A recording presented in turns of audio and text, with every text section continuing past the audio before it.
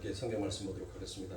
오늘 말씀은 요한복음 4장 43절부터 54절까지 말씀 중 오늘은 48절에 기록되어 있는 한 절의 말씀만 함께 봉독하고자 합니다. 요한복음 4장 48절 한 절의 말씀 다 찾으신 줄 알고 한 목소리로 함께 봉독하여 올리도록 하겠습니다. 예수께서 이르시되 너희는 표적과 기사를 보지 못하면 도무지 믿지 아니하리라. 아멘. 자, 오직 말씀으로라는 이 말씀을 가지고 함께 여러분들과 은혜를 나누도록 하겠습니다. 우리가 지난 시간에 가짜 영접이 무엇이고 진짜 영접이 무엇인지에 대해서 여러분들과 함께 살펴보았습니다. 그래서 오늘 말씀의 본문의 제목에 나와 있듯이 43절부터 54절까지 이 말씀의 핵심은 바로 오직 말씀입니다.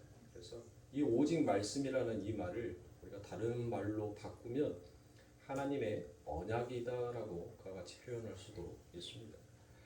자, 하나님의 신실하심은 우리의 영접으로 이루어지는 것이 결코 아니더라는 것입니다. 하나님의 일하심으로 우리가 하나님을 영접하는 자로 하나님께서 만드시기 위해 하나님의 그 능력과 그 권세와 힘을 사용하시더라라는 것이 바로 하나님의 이 말씀 속에 드러나는 그 언약의 취지이기도 합니다. 그래서 우리가 지난 시간에 마가복음 13장 23절의 말씀에 우리 예수님께서 너희들을 미혹해 하는 이적과 기사를 행하는 자들이 많이 나타날 것인데 너희들은 그것들을 삼가라라고 그와 같이 얘기합니다. 또 그뿐만이 아니라 마태복음 7장 22절부터 23절까지의 말씀에서도 바로 예수 그리스도의 이름으로 그들이 많은 기적과 많은 이적을 나타냈으나 우리 예수님께서는 정작 그들을 나는 알지 못하겠노라라고 그와 같이 말씀하시더라는 것이에요. 그러므로 믿음이라는 것은 우리의 어떤 행위나 어떤 드러남으로 인하여서 그 믿음이 성취가 되거나 또 하나님께서 그 믿음을 보시고 하나님이 원하시고 보시기에 좋은 것으로 인정하여 주는 것이 결코 아니더라는 것입니다. 오직 믿음은 아버지 하나님의 그 말씀 속에서 담겨져 있는 그 언약을 우리가 신실하게 믿고 가는 것이 그게 바로 믿음이라는 것이에요. 그러니까 믿음에 대한 정리가 제대로 되어 있지 않으면 그 믿음을 드러내기 위한 우리의 어떤 행위가 뒤따라야 한다라고 그와 같이 얘기합니다.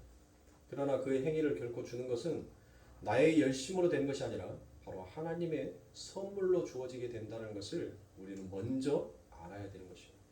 그러므로 우리의 행위로 하나님을 기쁘게 할 수 없음을 성경은 자명하게 우리들에게 말씀하고 있습니다.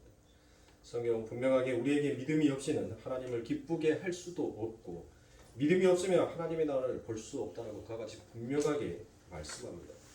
그 말씀이 바로 히브리서 11장 6절에 이와 같은 말씀으로 기록이 되어 있습니다. 믿음이 없이는 기쁘시게 못하나니 하나님께 나아가는 자는 반드시 그가 계신 것과 또한 그가 자기를 찾는 자들에게 상 주시는 이심을 믿어야 할지니라라고 그와 같이 얘기합니다. 자, 여기에서 또 상이 나옵니다. 상. 우리 거룩교회 성도님들은 이 상이 이제 무엇인지를 정확하게 알고 계시죠? 이 상이 무엇이에요? 그렇죠. 맞습니다. 하나님께서 우리들에게 상 주신다라고 하는 것은 바로 우리들에게 예수 그리스도를 주신다는 것이에요. 자, 그래서 믿음이다라고 그와 같이 얘기합니다. 그런데 이 믿음이 무엇인지를 하나님께서는 더욱더 구체적으로 말씀하시는 것이 바로 요한복음 3장 18절의 말씀입니다. 저를 믿는 자는 심판을 받지 아니할 것이요 믿지 아니하는 자는 하나님의 독생자의 이름을 믿지 아니함으로 벌써 심판을 받은 것이니라라고 그와 같이 얘기합니다. 보십시오. 하나님께서 우리들에게 믿음을 주셨어요. 그 믿음으로 인하여서 우리들은 상을 받은 자더라고요. 그 상을 받았다는 것을 이미 믿는 자들에게는 그들에게는 심판이 임하지 아니하지만 엉뚱한 상을 바라보면서 그들이 하나님의 이름을 부르짖고 있는 자들에게 하나님께서 무엇 하시겠다는 거예요? 그들을 심판하시겠다라고 그와 같이 얘기합니다. 아직 그들은 예수 그리스도를 자기의 상으로 인정하지 못하는 자에게 하나님께서는 그들을 심판하신다라고 얘기합니다. 그러니까 천국 앞에서 하나님께서 쭉 검사를 하시는데 우리에게 하나님께서 무엇을 요구하시겠습니까? 여러분들 한번 생각해 보세요. 여러분들이 천국에서 그 아버지 하나님의 심판대에 딱 앞에 섰는데 쭉 섰을 거 아니에요. 그렇죠? 이 지구상에 어마어마한 그 인구들이 여러분들 나만 죽는 게 아니에요. 이 하루라는 날짜 속에서 이 지구상에서 태어나고 죽고 하는 그 숫자가 얼마나 많이 있겠습니까? 그 중에는 분명히 아버지 하나님의 백성들도 그 죽음의 시간을 피하지 못하고 함께 그 자리에 동참하고 참여하는 자들도 분명히 있을 겁니다. 하나님의 백성들이 분명히 하나님의 심판대 앞에 서게 될 거예요.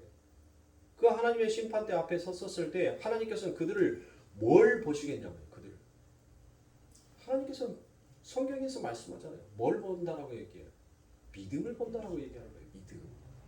그러니까 네 안에, 너희 안에 내 아들의 흔적, 내 아들의 그 흔적이 있는지 없는지를 하나님께서는 그것만 보는 거예요. 그것만. 쭉 서 있는데 내 아들의 흔적이 뭐예요? 내 아들은 무엇했어요? 손과 발에 그 아버지 하나님의 말씀의 언약을 이루심의 흔적이 있더란 것입니다. 하나님은 그것만 본다는 거예요. 그것만. 내 안에, 너희 안에 내 아들 예수가 있는지 없는지 그것만 딱 보는 거예요. 그것을 우리는 바로 믿음이다라고 그와 같이 얘기합니다. 그 믿음이 없으면 결코 하나님의 나라를 못 들어간다라고 그와 같이 얘기합니다. 그러면 도대체 믿음이 무엇이냐? 믿음이 뭐길래 하나님께서 이렇게까지 우리들에게 말씀하시는 겁니까? 바로 그 믿음이 무엇인지를 히브리 기자는 11장 1절부터 3절 말씀에 이와 같이 말합니다. 믿음은 바라는 것들이 실상이요 보지 못하는 것들의 증거니 선지인들이 이로써 증거를 얻었느니라. 믿음으로 모든 세계가 하나님의 말씀으로 지어진 줄을 우리가 아나니 보이는 것은 나타내는 것으로 말미암아 된 것이 아니니라라고 그와 같이 얘기합니다. 성경이 말하는 믿음이란 무엇이다라고 얘기합니까? 보이지 아니하는 것을 보는 거고 바라는 것들을 실상으로 받아들이는 것이 바로 믿음이다라고 그와 같이 얘기를 합니다. 아직 받지 못하였지만 실상으로 받아들이는 것이 바로 믿음이라는 것입니다. 근데 대부분 사람들이 이 믿음을 어디로 사용합니까? 우리의 소원 성취나 문제 해결로 그 모든 것들을 끄집어 가려고 하더란 것이에요. 그래서 믿음이 대단한 사람들은 무엇을 합니까? 하나님 앞에 죽자 살자 열심히 매달려서 기도를 했더니 그 믿음의 꽃이 기도에서 응답되어 나타나더라라고 그와 같이 얘기를 하더란 것이에요. 그러면 여러분들 우리가 하나님 앞에 열심히 죽으라고 기도를 했어요. 그런데 하나님의 뜻이 나타나지 않으면 그 사람의 믿음이 없어서 그 하나님의 뜻이 나타나지 아니하는 겁니까? 그러면 내가 기도하는 것 속에서는 어떤 것은 속히 이루어지고 어떤 것은 더디 이루어지는 것은 어떻게 설명을 하고 어떻게 이해를 해야 합니까? 그런 것으로 여러분들 이 믿음의 척도를 우리는 그와 같이 계산을 해서는 아니 되더란 것입니다. 그 하나님의 말씀을 실현된 것으로 실상으로 받아들일 수 있는 것 이것 자체가 바로 믿음이더란 것이에요. 따라서 믿음이라는 것은 보이는 것과는 전혀 상관이 없는 것입니다. 믿음은 보이지 않는 것을 본 것처럼 선명하게 인정할 수 있게끔 만들더라는 것이에요. 반면에 보이는 것을 보고 그것이 이거였구나 하고 인정을 하는 것은 우리는 그것을 다른 말로 감식 또는 인식 이렇게 말하면 또 여러분들이 잘 이해를 못하니까 인지한다, 받아들인다. 봤으니까 코끼리는 어떻게 생겼을 거다라는 것을 머릿속에서 항상 그려만 왔어요.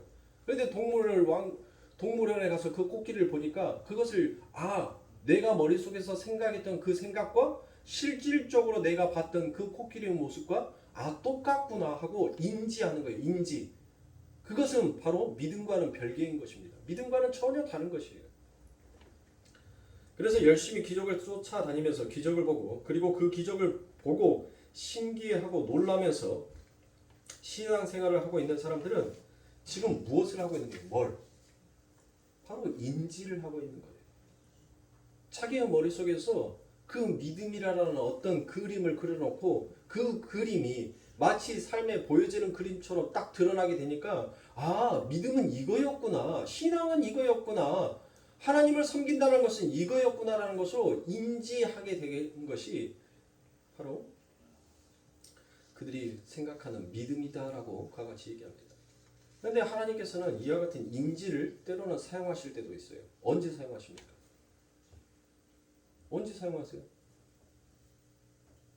우리가 성경 속에서 아브라함을 보세요. 아브라함이 뭐 3대에 걸친 믿음의 그 집안에서 여러분들 아브라함이 선택을 받았나요? 전혀 그렇지 않죠.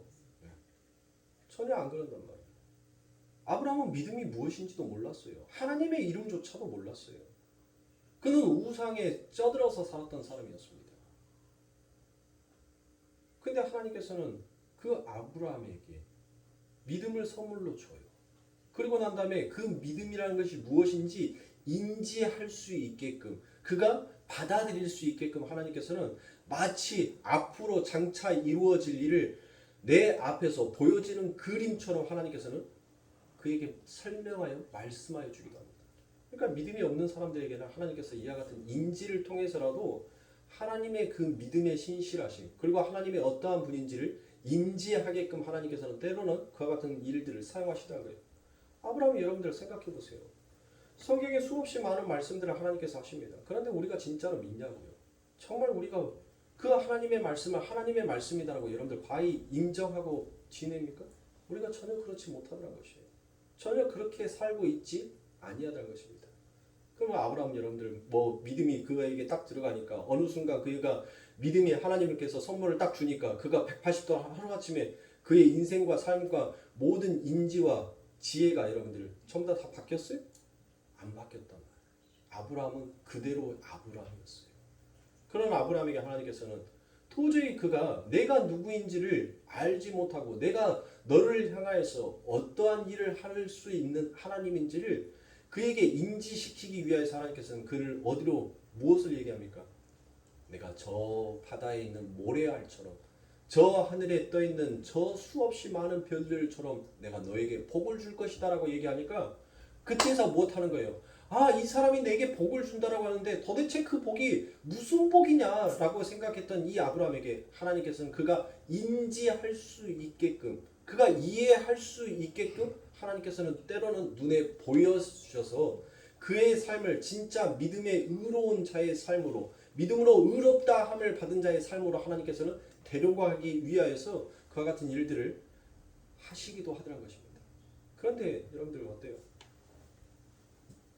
하나님께서는 우리들에게 신앙을 주셨잖아요. 신앙의 생활. 처음에는 그래요. 하나님이 누구인지도 모르고 성경의 말씀이 도대체 무엇이 기록이 되어 있는지도 모르고 도대체 저 하나님은 나에게 무엇을 하기 위해서 나에게 어떤 복을 주기 위해서 나를 선택했을까라고 그와 같은 의문투성에 있었을 때 하나님께서는 하나씩 하나씩 가르칩니다. 하나씩 하나씩. 그리고 어느 정도 이제 그 젖을 떼고 스스로 여러분들이 이제 그 단단한 음식을 먹을 수 있는 시기가 되자 하나님께서는 그 하나님의 진실하심을 그의 삶 가운데 조금씩 드러내기 시작하더라는 것이에요. 그러면 여러분들 아직도 젖먹이 아가입니까? 아니면 이제 나의 신앙 정도 되면 내가 단단한 음식을 먹을 수 있는 정도의 신앙심으로 여러분들 올라오셨습니까? 내가 단단한 음식을 먹을 수 있는 신앙심에 올라왔다면 우리들은 무엇 할 수 있어야 돼요? 내 삶 가운데 여러분들 뭘 얘기했어요? 히브리서 11장 1절부터 3절의 말씀에 무엇을 얘기했냐? 내 삶 가운데 보이지 아니하는 그 하나님의 그 언약의 말씀이 나는 마치 내 눈앞에서 날마다 그 하나님의 언약의 이루어지심을 보고 가는 자처럼 내 삶 가운데 하나님의 그 능력이 그 실상이 드러나는 것처럼 나는 그와 같은 길을 걸어가게끔 되어 있다는 것이에요. 그래서 진짜로 믿음으로 의롭다 함을 받은 자, 정말 그 사람이 하나님만을 의지하고 간다면 나의 소원과 내 삶 가운데 기적과 이적이 일어나지 아니한다 할지라도 나는 무엇하는 거예요? 나는 도저히 하나님을 내 인생에서 뺄 수가 없습니다라고 고백하는 거예요. 그게 바로 믿음의 사람이라는 것입니다. 우리가 과연 그러냐 말이에요. 하나님께서 나의 소원을 들어주시지 않냐고, 나의 기도를 들어주시지 않냐고, 내 삶 가운데 기적과 이적을 나타내 주시지 아니하여도 나는 하나님 없이는 정말 살 수 없습니다라는 그와 같은 우리가 진실된 고백을 우리가 과연 하나님 앞에 올리고 있는지를 사랑하는 성도님들, 여러분들이 자신에게 한번 자문자답해 보세요. 제가 보기에는 여러분들 저뿐만 아니라 우리 성도님들도 마찬가지로 정말 우리의 기도 속에서도 여러분들 무엇을 나타내고 있습니까? 뭘 하고 있냐고요, 우리가 기도 속에서. 히브리서 11장 1절부터 3절의 말씀, 보이지 아니하는 것을 보는 것처럼 그 실상이 마치 내 삶 가운데 드러나는 것처럼 인정하고 그 모든 것들을 증거하는 자의 삶으로 살겠노라라고 고백했던 우리들의 이 입술이 기도 속에서는 여러분들 여전히 무엇을 하나님 앞에 원하고 있느냐는 거예요. 하나님, 내 삶 가운데 기적을 나타내 주세요.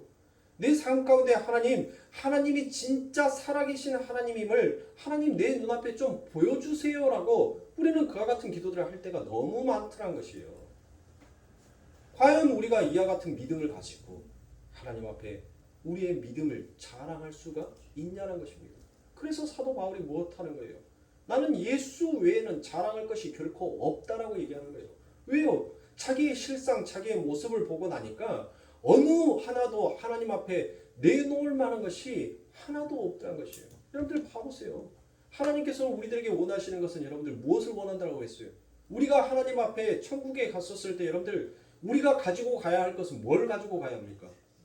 내 감식을 갖고 가야 돼요? 내 인식을? 내 인지를? 여러분들 보고 믿는 것은 세상의 사람들도 누구나 다 하는 거예요. 세상의 모든 것들이 전부 다 보고 믿고 가요. 그렇게.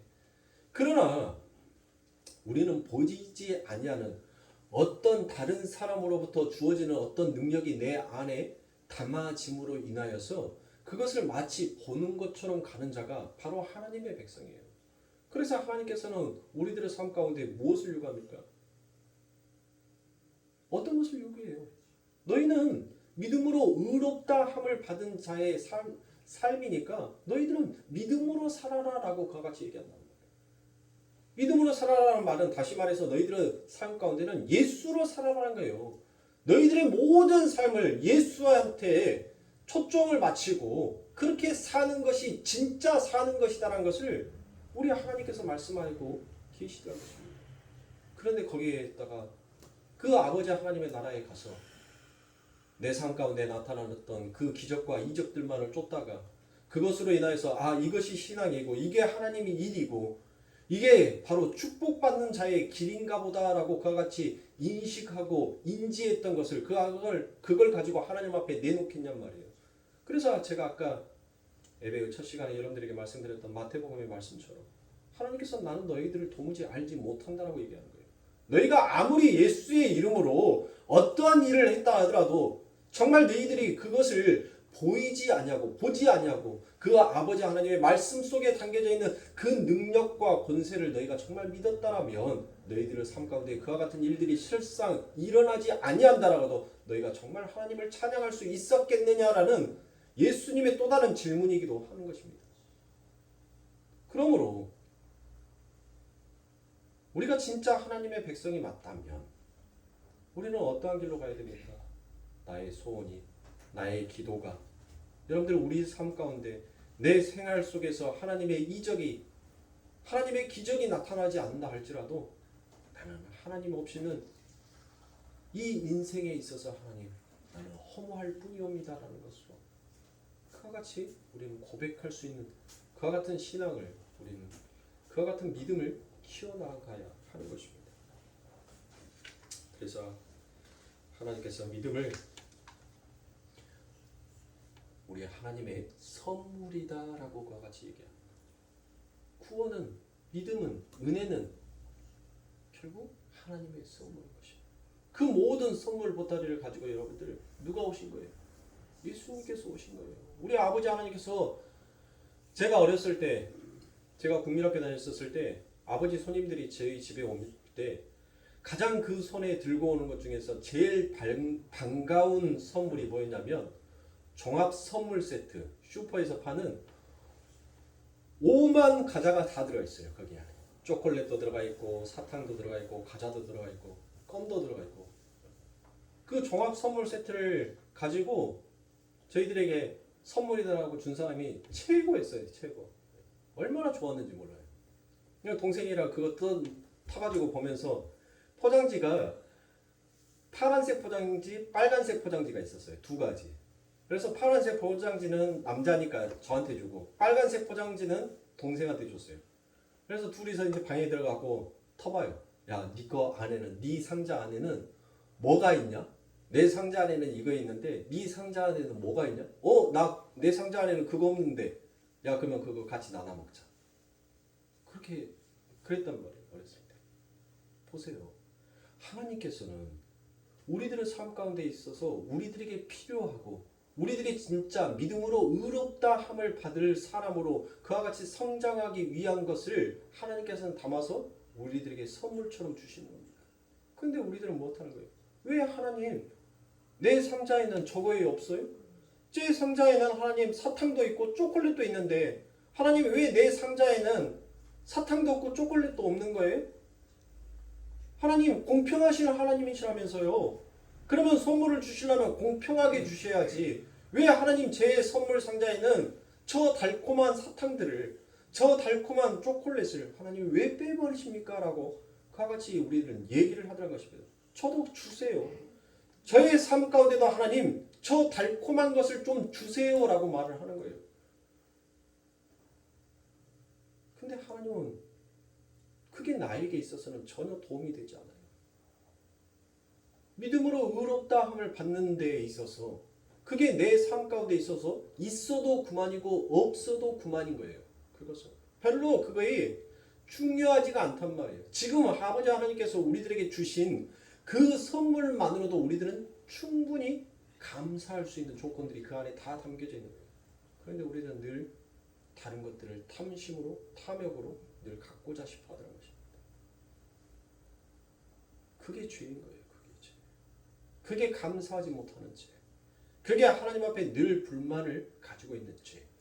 그래서 내 삶 가운데 늘 기적을 바라는 자의 엉뚱한 신앙생활을 하고 엉뚱한 자기 마음의 탐심의 우상으로 만들어버린 그 하나님을 세워놓고 그 하나님을 믿고 있으면서 나는 정말 믿음이 신실한 사람이다.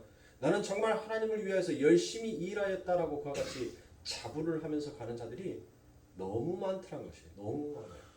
그러나 하나님은 마지막 날 그날에 그 아버지 하나님의 심판대에서 분명히 말씀하십니다. 나는 너를 모른다.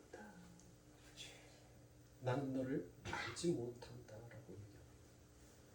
여러분들 그 말씀처럼 우리들의 인생과 우리들의 삶 가운데 얼마나 슬픈 말이 어디 있겠습니까? 세상에서는 여러분들 요즘 MZ 세대들이 하는 말은 잘 모릅니다. 저는 MZ 세대들이 하는 말을 별로 또 배우고 싶은 생각도 없습니다. 너무 줄임말이 많아요. 너무 줄임말이 많아서 이게 도대체 한글 속에서 담겨져 있는 말인지 뭔지를 정말 구분이 안 갈 정도로 여러분들 외래어 말 같아요. 외래어. 우리가 일명 따돌림을 당하는 자, 그 왕따들 여러분들 보세요. 그들의 삶 가운데 한번 봐보시라고. 얼마나 외롭겠어요. 보는 사람들마다 너 왕따야. 나 너랑 안 친할 거야. 나 너랑 친하면 나까지 괴롭힘을 당하니까 난 너랑 별로 친하고 싶지 않아라고 모두가 그를 손절하였었을 때 그의 삶이 어떻겠냐고.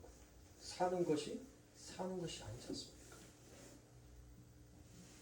우리가 세상에 있는 그거 하나만으로도 여러분들 얼마나 자괴감이 들까요? 얼마나 우울할까요? 하루하루가 눈 뜨는 것이 고역이요 지옥일 것이지 않습니까? 여러분들 한번 그것을 생각해 보라. 나는 너를 알지 못한다라고 했었을 때 그 말이 여러분들 정말 여러분들의 마음속에서 두렵고 떨림으로 슬픔으로 들리셔야 합니다. 그런데 별로 인지를 안 해요. 예배당에 와서 인지를 안 하더란 거예요. 인지를 안 해요. 하나님을 만나러 왔는데도 그래 그거는 그냥 문자에 기록되어 있는 말이고 목사들 허군날 하는 18권의 말이니까 그냥 그렇게 가는 거예요. 신앙이 깊어져 가면 여러분들 고개를 숙이는 것이 아니라 오히려 고개가 더 뻣뻣해져요. 왜 그런지 모르겠어요. 믿음이 있다라고 하고 하나님을 진짜로 안다라고 하는 자들이면 여러분들 신앙이 깊어져 가면 깊어져 갈수록 여러분들 무엇해져야 돼요? 자기가 얼마나 하나님 앞에서 죄인이며 얼마나 하나님 앞에서 악을 도모했던 자인지를 그거를 자꾸 발견하게 되면 여러분들 고개를 숙이게끔 되어 있단 말이에요. 근데 신앙생활이 깊어져 가면 깊어져 갈수록 더 악바리가 되어가요. 더 악독한 자가 되어가더란 것이에요. 그게 바로 여러분들 잘못된 신앙의 길을 걸어가고 있고 잘못된 하나님을 섬기고 있고 잘못된 믿음을 가지고 있는 그 믿음의 결론이 무엇으로 드러나고 있는지를 여러분들 보여주는 실태 아닙니까? 그래서 하나님께서는 그 모든 것들을 삼가라는 거예요. 삼가라. 하나님께서 왜 우리들에게 이렇게 수없이 많은 말씀들을 하시면서 왜 우리들에게 듣게 하시고 왜 우리들에게 보게 하시고 왜 우리들에게 먹게 하시냔 말이에요. 그것은 아버지 하나님께서 우리들에게 돌이킬 수 있는 시간을 주시는 것입니다. 잘못된 신앙, 잘못된 믿음을 가지고 있었을 때 하나님의 성경의 말씀을 보고 우리가 잘못되었구나라는 것을 깨닫고 가는 것, 그것을 하나님께서는 그 길을 열어놓으시는 거예요. 그 인생을 열어놓으신 겁니다. 근데 성경을 보면 볼수록 아는 것이 많아진다라고 더 교만해진다는 것이에요. 그가 진짜 하나님을 만난 자다라고 정말 믿음으로 산 자다라고 말할 수 있습니까? 여러분들 이제 이번 주 주일이면 부활절이에요. 부활절. 그렇죠? 부활절. 제가 분명히 여러분들에게 말씀드렸던 것처럼 여러분들의 신앙생활이 한 30년, 40년 됐다면 벌써 몇 번째예요? 30번째, 40번째 여러분들 부활절을 맞이할 거 아닙니까? 진짜 여러분들 그 부활절 감사해서 부활절입니까? 정말 그 부활절이 여러분들 감사하냐고요? 별로 감사하지 않은 것 같아요. 오늘날 이 기독교인들 보면 거기에 극소수만을 빼놓고는 대부분의 사람들은 여러분들 별로 감사하지 않냐고 그냥 하나의 의례의식으로만 그렇게 받아들이고 그냥 그날 성찬식 하는 날, 그날 교회에 달걀 나눠주는 날, 그날은 좀 교회가 특별한 날 그냥 그렇게 인지하고 넘어가는 자들이 아마 대부분일 것입니다. 그게 지금 신앙이더라고. 그게 지금 믿음이더라고. 자부하고 있어요. 정말 부끄럽지 않습니까? 정말 창피하지 않느냐고요. 정말 하나님께서 이 땅에 오셔가지고 그런 모습을 하나님께서 지금 우리들의 삶 가운데 지적하시고 권면하신다면 여러분들 자신 있게 하나님 아닙니다라고 대답할 수 있는 자 있겠습니까? 각성해야 돼요. 깨어 있어야 돼요. 내가 얼마나 잘못된 신앙생활을 하고 있는지를 우리는 늘 우리의 걸음을 통하여서 우리의 발자취를 통하여서 늘 뒤돌아볼 수 있어야 됩니다. 내가 주님의 발자취를 따르고 있는지 아니면 내가 원하는 나의 인생의 발자취를 남기고 가고 있는지를 우리는 정말 하나님 앞에 무릎 꿇고 우리의 자신을 되돌아보고 회개하면서 진짜 주님의 발자취를 따라가는 아버지 하나님의 백성으로 우리는 거듭나야 하는 것입니다. 거듭나도록 여러분들 우리들에게 하나님께서는 그 믿음을 선물로 주셨단 말이에요. 너는 못할 수 있다라고요? 너는 할 수 있다는 거예요. 그것이 바로 보이지 아니하는 그 믿음을 마치 보는 것처럼 마치 이루어진 것처럼 믿고 가는 것이 믿음이다라고 성경에서 이야기하고 있으니까 하나님 나는 내 모습은 이래요. 그러나 하나님 당신의 말씀 속에서 당신의 신실함을 드러내시는 하나님이시기에 나는 반드시 하나님이 원하시는 하늘의 백성, 믿음으로 의롭다 함을 받는 하나님의 자녀로 나를 만들어 주실 것을 나는 믿습니다. 나는 보았습니다라고 여러분들 우리는 굳건히 갈 수 있어야 된단 말이에요. 거기서 좌절하라고 하는 말씀이 아니에요. 거기서 너희는 실패했으니까 너희들 거기서 주저앉으란 말이 아니에요. 이 말씀을 통하여서 여러분들 무엇을 해야 됩니까? 그 믿음이 빛을 발하도록 우리는 하나님께 더 붙들면 되는 거예요. 목사님, 정말 예수를 붙들어 보겠습니다. 정말 예수를 붙잡아 보겠습니다. 내 삶 가운데 그 하늘의 기업을 유업으로 내게 허락하신 그 하나님의 말씀을 마치 내 삶 가운데 이루어져서 내가 당장이라도 그 유업을, 그 기업을 내가 이어받아 그것을 운영할 수 있는 자, 다스리고 정복하라는 그 아버지 하나님의 준엄하신 명령을 내 삶 가운데 이행할 수 있는 자가 하나님 나는 되었음을 하나님 앞에 고백합니다라고 그와 같이 우리는 다시 거기서 좌절 속에서 그 아버지 하나님의 빛을 발해 일어설 수 있어야 하는 거예요. 정말 믿음이 있는 사람이면 오늘 저의 설교를 듣고 여러분들 일어설 것입니다. 그러나 믿음의 행태가 잘못되어 있는 자는 아마 좌절하고 여러분들 세상의 사람들이 하는 것이 뭐예요? 될 대로 되라지. 한 번 사는 인생 될 대로 되라지 하고 막 살아버리는 인생도 있을 겁니다. 그러므로 사랑하는 성도님들,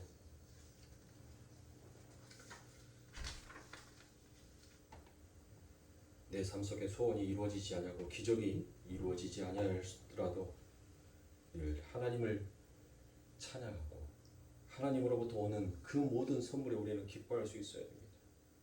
내 삶 가운데 이와 같은 기쁨이 드러나지 아니하고 내 삶 가운데 이와 같은 하나님에 대한 신뢰와 믿음이 흔들렸을 때 여러분들 한번 생각해 보시라고.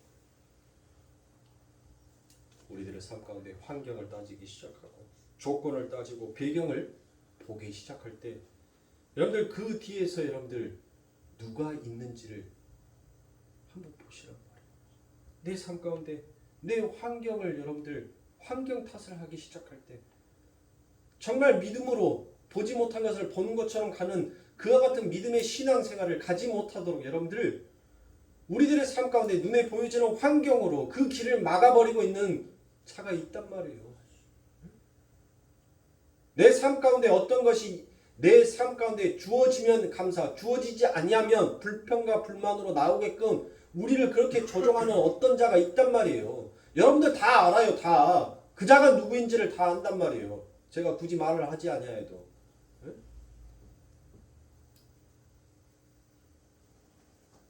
알면서 왜 속아요? 알면서 속은 사람이 여러분들 우리는 뭐라고 얘기해요? 바보. 바보라고 하잖아요. 바보.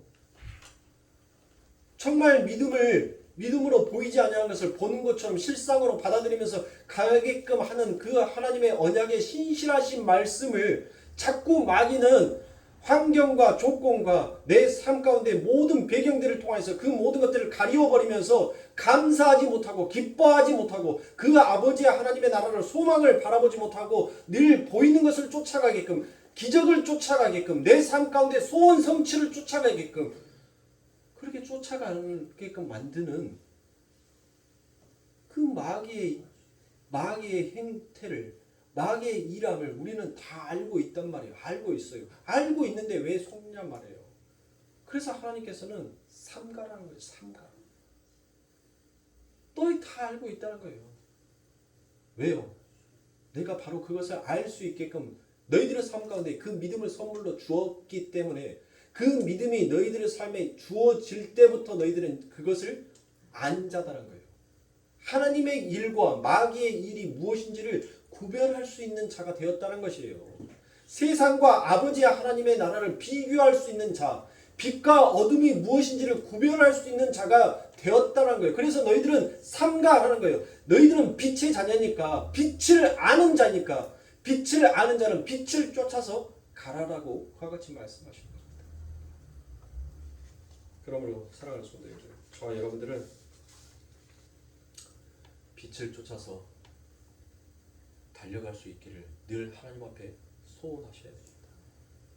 하나님께서는 분명히 하나님의 영광과 하나님의 이름을 위하여서 때로는 일하시는 때도 있습니다. 제가 여러분들에게 말씀드렸던 것처럼 열심히 공부하지 아니하는 자가 하버드대에 가기를 원하는 그와 같은 기적은 결코 일어나지 않습니다. 열심히 일하지 아니하는 자가 어느 날 한순간에 부자가 되어지는 그와 같은 기적도 하나님께서는 그들의 삶 가운데 일으켜주지 않습니다. 성도의 인생에 있어서 우연은 결코 없더란 것이에요. 하나님은 철두철미한 당신의 계획 속에서 당신의 뜻 속에서 우리들을 움직이고 계시는 하나님이라는 것을 우리는 믿어야 합니다. 그러나 하나님께서는 또 아버지의 하나님의 그 신실하심과 하나님이 살아계신다라는 것을 때로는 우리들의 인생 가운데서도 간혹가다 나타내시고 드러내시기도 합니다. 존 스펄전 목사님께서 자기 조카가 원하는 선물이 있어서 그 조카의 선물을 사주기 위하여 부흥 집회를 했습니다. 그래서 그 부흥 집회를 하면서 3,000부를 마련을 합니다. 3,000부를. 수없이 많은 부흥 집회를 하면서 3,000부를 마련해요. 그래서 그 3,000부를 가지고 이제 그 조카에게 주고자 했는데 이 스폴전 목사가 기도를 할 때마다 그 3,000부를 가지고 그 조카에게 가려고 할 때마다 그의 마음속에서 자꾸 생각나는 사람이 바로 누구였냐면 조지 뮬러입니다. 조지 뮬러가 자꾸 생각이 나는 거예요. 하나님께서 자꾸 그 3,000부를 조지 뮬러한테 갖다 줘라라는 그 마음을 주더란 거예요. 그래서 이 존 스펄전 목사님께서 그 조지 뮬러가 있는 곳으로 갔습니다. 근데 아니라 다를까 조지 뮬러가 그 보아온 그 작은 모퉁이에서 하나님 앞에 기도하더란 것이에요. 하나님, 이 고아원이 없어지지 않냐고, 이곳에서 아버지 하나님의 뜻이 펼쳐지기 위해서는 하나님 지금 제게 3,000불이 필요합니다 라고 그 조지 뮬러가 기도를 하고 있더란 것이에요. 그래서 존 스펄전 목사님께서 조지 뮬러에게 딱 그와 같이 얘기합니다. 3,000불을 얼마나 기분이 나빴겠어요. 자기는 그 조카를 기쁘게 하기 위해서 열심히 부흥 집회를 해가지고 3,000불을 마련했는데, 아니 그 3,000불이 마련될 때마다 엉뚱한 곳에 가가지고 그 돈을 쓰게끔 하나님께서 만들어버린 거예요. 그래서 조지 뮬러에게 그 3,000불을 들고 간 존 스펄전 목사님께서 이와 같이 얘기합니다. 애따 네 기복가 하고 그 3,000불을 그의 손에 쥐어줬다고 합니다. 여러분들 이것을 가지고 하나님 앞에 간절히 기도하면 하나님께서 뜻하지 아니하는 곳에 이와 같은 기적을 나타내시는 하나님입니다. 그러니까 여러분들 하나님 앞에 이런 기적들을 바라세요. 하나님 앞에 깨끗하게 진실되게 기도하면 하나님께서 분명히 이와 같은 일들을 만들어 주실 것입니다라는 그와 같은 부흥 강사들의 18번 소리도 있습니다. 그러나 하나님은 하나님의 기적이 필요하고 하나님의 이름이 나타내야 하는 곳에 하나님은 그 이름을 나타내시더라는 것이에요. 아무 곳에나 인간의 욕심과 탐욕이 있는 그곳에는 하나님이 절대 함께 하시지 않습니다.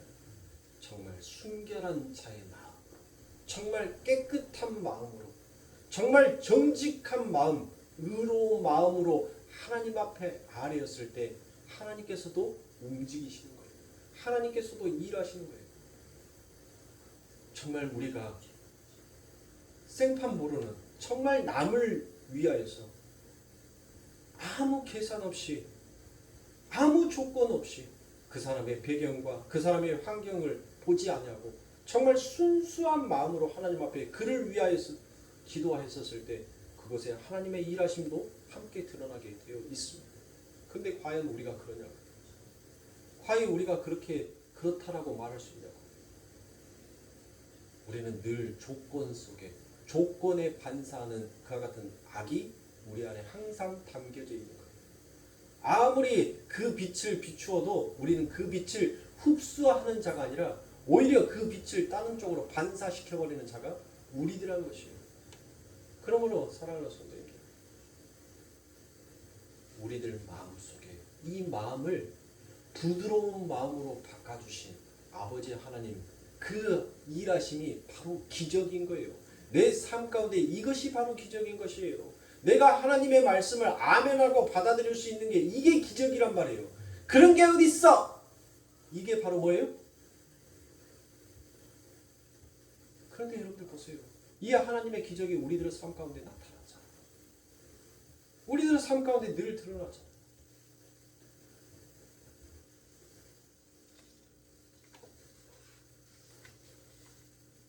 그러므로 사랑하는 성도님들,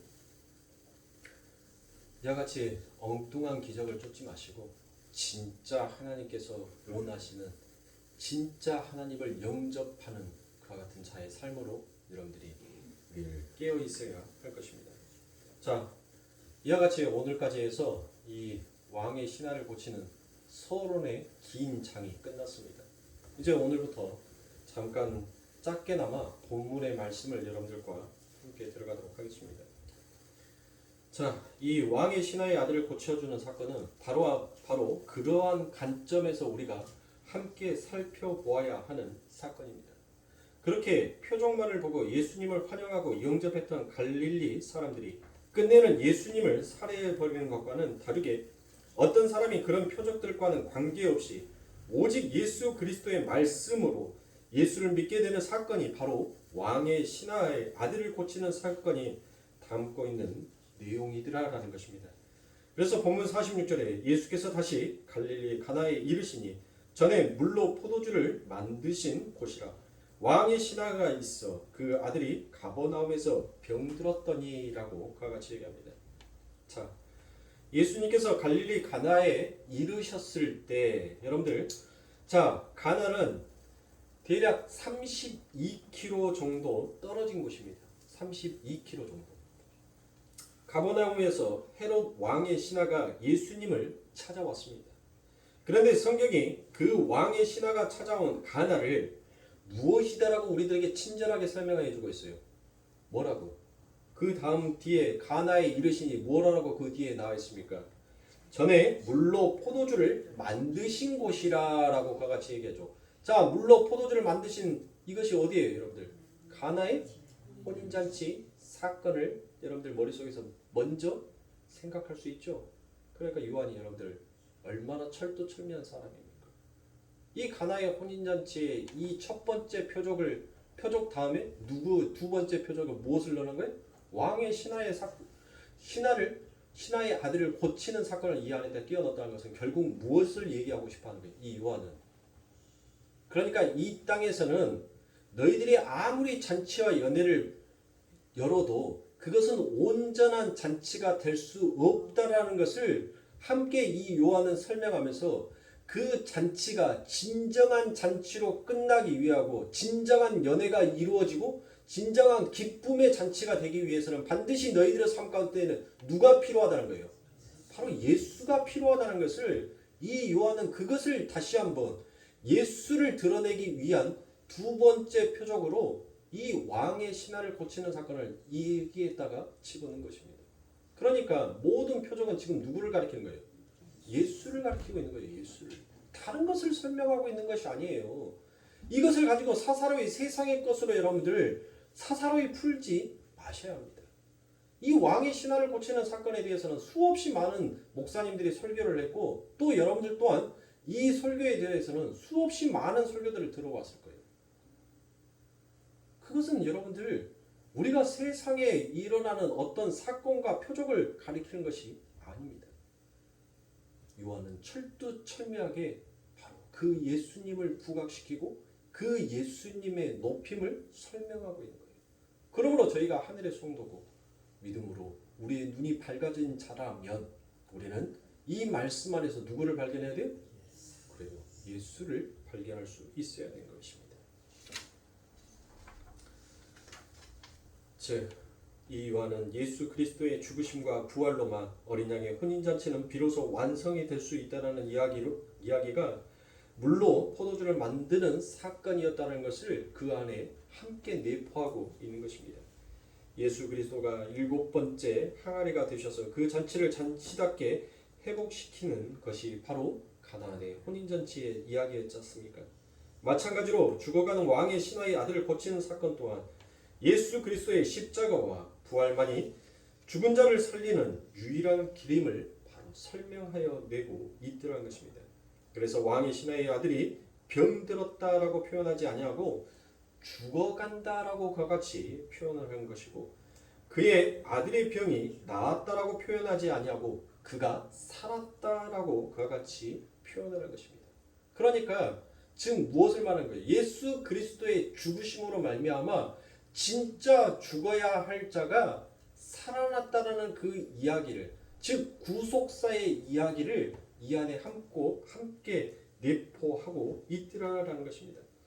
그래서 이 이야기가 바로 십자가의 이야기이다라는 것을 더욱더 뚜렷하게 드러내기 위하여서 요한은 바로 그 다음 절인 43절에서 이와 같이 얘기합니다. 이틀이 지나매 예수께서 거기를 떠나 갈릴리로 가시매라고 그와 같이 얘기를 하죠. 그런데 우리가 보았던 가나의 혼인잔치에서도 여러분들 분명히 예수님께서 이 사흘이라는 그와 같은 기록이 되어 있습니다. 요한복음 2장 1절에 보니 사흘 되던 날에 갈릴리 가나의 혼인이 있어 예수의 어머니도 거기 계시고라고 그와 같이 되어 있죠. 자, 요한은 가나안의 혼인잔치를 설명하면서 굳이 별로 필요할 것 같지 아니하는 그 사흘이라라는 단어를 동원하여서 지금 설명을 하고 있습니다. 자, 제가 방금 읽어드렸던 오늘 우리의 본문 43절에서 이틀이 지나매라고 되어 있죠. 자, 이틀이 지나면 여러분들 그 다음 날은 뭐예요? 하루 이틀 사흘이잖아요. 하루 이틀 사흘 나흘 닷새 맞아요? 맞잖아요. 그러니까 이틀이 지나매라는 것은 뭐예요? 지금 사흘이라는 말이에요. 사흘. 자, 사흘째 되는 날 예수께서 거기를 떠나 갈릴리로 가시매라고 그와 같이 얘기합니다. 주님께서 갈릴리 가나안으로 들어가셨다라는 것입니다. 그래서 제가 전에 창세기 강의할 때 이 사흘의 의미에 대해서 여러분들에게 설명해 드린 바 있습니다. 바로 하나님의 구속 사역은 의미적으로 볼 때 인간의 타락으로 말미암아 무질서로 엉망이 되어버린 창세기의 그 셋째 날을 회복하시는 것이기 때문에 성경에서 사흘이라는 단어가 구속에 관련하여 등장하는 것이다라고 제가 여러분들에게 설명해 드린 바가 있습니다. 그래서 예수님도 사흘 만에 부활하신다라고 그와 같이 얘기하고 요한도 사흘 동안 그 물고기 뱃속에서 들어 있었다라고 성경은 그와 같이 사흘이라는 이 단어를 사용하더라는 것입니다. 또 우리가 보고 있는 이 요한복음의 말씀에서도 사흘이라는 단어 속에서 가나안의 혼인잔치에서 물로 포도주를 만드시는 사건과 왕의 신하의 아들을 고치는 사건은 모두 하나님의 백성들의 구속에 관련된 이야기를 하고 있음을 우리는 이해할 수 있어야 돼요. 짐작할 수 있어야 되는 것입니다. 그래서 히브리 사람들의 이런 단어들만 들어도 그러한 것들을 금방 바로 캐치, 이해할 수 있었던 것입니다. 그리고 두 번째 이야기의 흡사한 점은 이 외에도 아주 많이 있지만 두 이적 다 주님께서는 그 이적을 구한 사람들을 바로 책망하시는 것으로 시작이 되더란 것입니다. 자, 가나안의 혼인잔치에서는 어머니 마리아를 책망을 하지요. 그렇죠. 그리고 여기서는 왕의 신하를 책망을 하십니다. 그리고 두 사건 모두 다 주님께서 말씀으로 이적을 이루시더라는 것입니다. 그리고 두 사건 모두 종들이 그 이적의 최종 목격자가 됩니다. 그리고 결정적인 공통점은 두 사건 모두 다 예수님을 믿는 자들이 생기는 것으로 끝이 나더라는 것이에요. 그러니까 이 두 사건 모두 어떻게 예수님을 믿는 자들이 생기게 되는 것을 그 안에 함께 이야기하기도 하고 있습니다. 자, 그러면 우리가 전에 공부한 부분으로 한번 넘어가 보도록 하겠습니다. 우리가 1장에서 공부할 때 이 표적의 책이 여러분들 어떻게 시작을 한다라고 그와 같이 얘기했습니까? 이 표적이 처음에 등장하는 자가 누구였어요? 바로 나다니엘이죠. 나다니엘. 그렇죠? 그 나다니엘에게서 주님께서 무엇이다라고 얘기합니까? 내가 이제 인자 위로 하늘이 열리고 인자 위로 하나님의 사자가 오르락내리락 할 것을 보게 될 것이다 라고 그와 같이 얘기합니다. 그리고 난 다음에 바로 등장하는 것이 가나안의 혼인잔치가 등장을 합니다. 그러니까 이 7가지 표적들은 다 무엇을 말씀하고 있는 것이에요? 바로 하늘이 열리게 되는 그 사건을 표적으로 이야기하고 있더라라는 것입니다. 죄인들에게 닫혀있던 그 하늘이 열리고 하나님의 백성들이 그 하나님과 하늘과 연합이 되는 그와 같은 사건들을 이 표적들을 통해서 차근차근 하나씩 하나님께서는 설명하여 주고 있는 것입니다. 그러므로 사랑하는 성도님들, 결코 우리의 힘으로, 우리의 행위로, 우리의 정성과 노력으로는 절대로 그 닫혀있던 하늘의 문이 열릴 수 없음을 하나님께서는 설명하고 있는 것입니다. 오직 죄인이 죽어야지만이 여러분들 그 하늘의 문이 비로소 열리게 된다는 것을 하나님께서 말씀하고 계십니다. 그러므로 저와 여러분들이 예수를 믿는다는 것은 결국 나를 부정하는 거예요. 나를 부인하는 거란 말이에요. 그리고 나는 십자가에서 죽어야 되는 자가 맞다라는 것을 인정하는 것입니다. 그것이 바로 믿음이에요. 그렇게 그 믿음으로 내가 부정되어지고 내가 십자가에 죽었더니 그 아버지 하나님께서 닫혀 있었던 그 하늘의 문을 여시고 나를 부활시켜 주시더란 것입니다. 저와 여러분들의 삶 가운데 있어서 바로 이와 같은 하나님의 일이 지금 우리들의 삶 가운데 이미 이루어졌고, 또한 이 역사 속에서 우리들 그와 같은 일을, 그와 같은 표적을, 그와 같은 사건이 일어나도록 하나님께서 우리들을 지금 만들어가고 계시는 것입니다. 그러므로 사랑하는 성도님들, 여러분들의 신앙생활이 아무리 힘들고 아무리 고단한 길이다 할지라도 여러분들이 홀로 하는 신앙생활이 아닙니다. 믿음의 선진들이 다 그 길을 걸어갔었고, 또 그 믿음의 선진들이 그 길을 걸어갈 수 있도록 그 은혜로우시고 신실하시고 무소부재하시고 전능하신 그 하나님께서 그들과 늘 함께하여 주셨다라는 그와 같은 사실이 성경에는 자명하게 증거되고 나타나고 기록이 되어 있습니다. 그러므로 우리가 오늘 하나님을 믿고 그 하나님의 능력과 하나님의 신실하심을 정말 우리가 의지하는 우리의 고백의 입술이라면, 오늘 내 삶 가운데에서도 하나님 나를 부인하고 내가 아버지 하나님께서 짊어주신 그 십자가에 하나님 아름답게 죽을 수 있도록 하나님 내게 은혜를 베풀어 주세요라고 우리는 고백할 수 있어야 돼요. 정말 우리가 하나님을 믿고 신앙인이라면 여러분들 죽음을 두려워해서는 아니 됩니다. 우리는 늘 죽음을 기뻐하면서 여러분들 맞이할 수 있어야 돼요. 그래서 하나님께서는 성도의 죽음을 아름답고 귀하다라고 그와 같이 말씀해 주신 것입니다. 사랑하는 성도님들, 엉뚱한 예수에게 영접하지 마시고 진짜 살아계시는 예수에게 영접하실 수 있는 우리 성도님들이 되시길 주님의 이름으로 축원합니다. 기도하겠습니다.